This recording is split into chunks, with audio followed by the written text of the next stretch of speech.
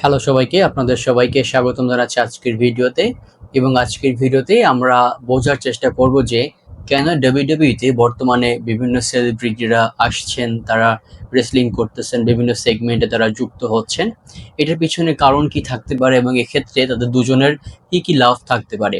এখানে আমি ৪ টা কারণ আপনাদের সাথে এক্সপ্লেইন করার চেষ্টা করব। তো আর বেশি কথা বাড়াবো না, চলে যাবো একদম মূল ভিডিওতে।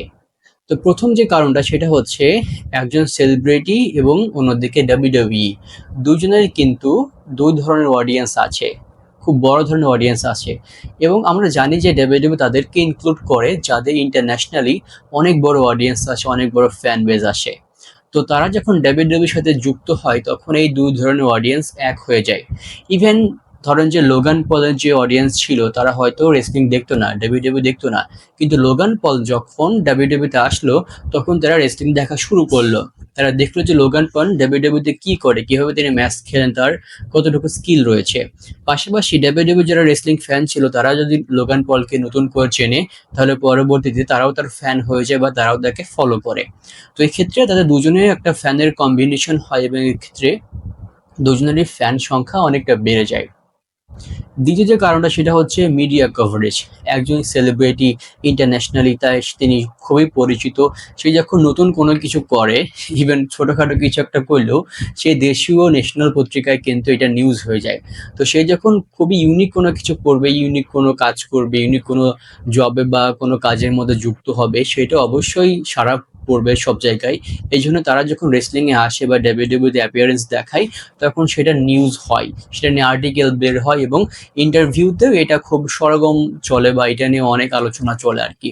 তো এইভাবে কিন্তু ডাব্লিউডাব্লিউ খুব ভালো পরিমাণ নিউজ কভারেজ পায় যখন তারা নতুন কাউকে ইনক্লুড করে যে আগে থেকে খুবই ফেমাস, আগে থেকে খুব বড় একজন সেলিব্রিটি। এবং থার্ড কারণটা অনেকটা ব্যবসায়িক বলতে পারেন।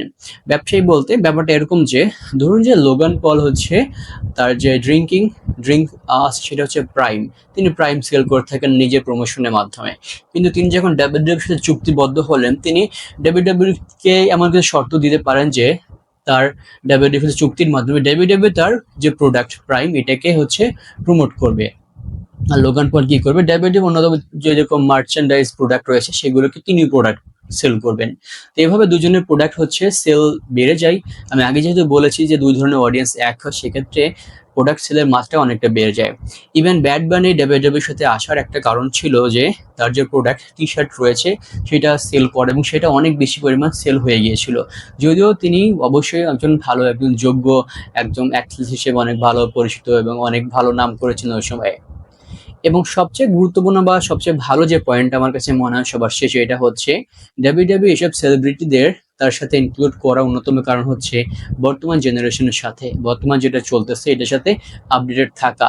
বিভিন্ন কম্পিটিশন চলতেছে, খুব বড় ধরনের কম্পিটিশন এন্টারটেইনমেন্ট ইন্ডাস্ট্রিতে।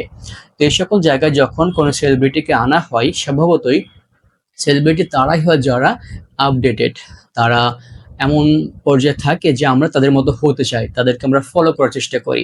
তো তাদেরকে যখন ডাব্লিউডাব্লিউ ইনক্লুডেড করে তখন নতুন যে জেনারেশন আছে বা বর্তমান জেনারেশন আছে তারাও হচ্ছে ডাব্লিউডাব্লিউ দেখা শুরু করে, তারাও ডাব্লিউডাব্লিউ কে ফলো করার চেষ্টা করে। ঠিক একইভাবে ডাব্লিউডাব্লিউ এভাবেই কিন্তু বছরের পর বছর নতুন কোনো সেলিব্রিটি আনা বা নতুন করে আপডেট হওয়া, তাদের মাইন্ডসেট বোঝা, ফ্যানেদের সম্পর্কে জানা, এগুলোর মাধ্যমে কিন্তু তারা নিজেকে আপডেট করতেছে এবং আস্তে আস্তে কোম্পানি টিকে থাকতেছে। ডাব্লিউডাব্লিউ অনেক পুরাতন একটা কোম্পানি এবং তার টিকে থাকা অন্যতম একটা কৌশল হচ্ছে নিজেকে বারবার আপডেটেড করা এবং তারা এভাবে খুব ভালো করে আপডেটেড হয়ে আসতেছে। তো আমার মনে হয় এগুলো হচ্ছে মেইন কারণ। এছাড়া আপনাদের মাথায় আরো কোনো কারণ থাকলে, আরো কোনো বিষয় থাকলে আপনারা কমেন্ট বক্সে শেয়ার করতে পারেন। আপনাদের কমেন্ট আমি পড়ার অপেক্ষায় থাকবো। তো ভিউয়ার্স, এই ছিল আজকের ভিডিও। সম্পূর্ণ ভিডিও শেষ পর্যন্ত দেখার জন্য অসংখ্য ধন্যবাদ। সবাই ভালো থাকবেন, সুস্থ থাকবেন, সবার জন্য অনেক অনেক শুভকামনা। আসসালামু আলাইকুম।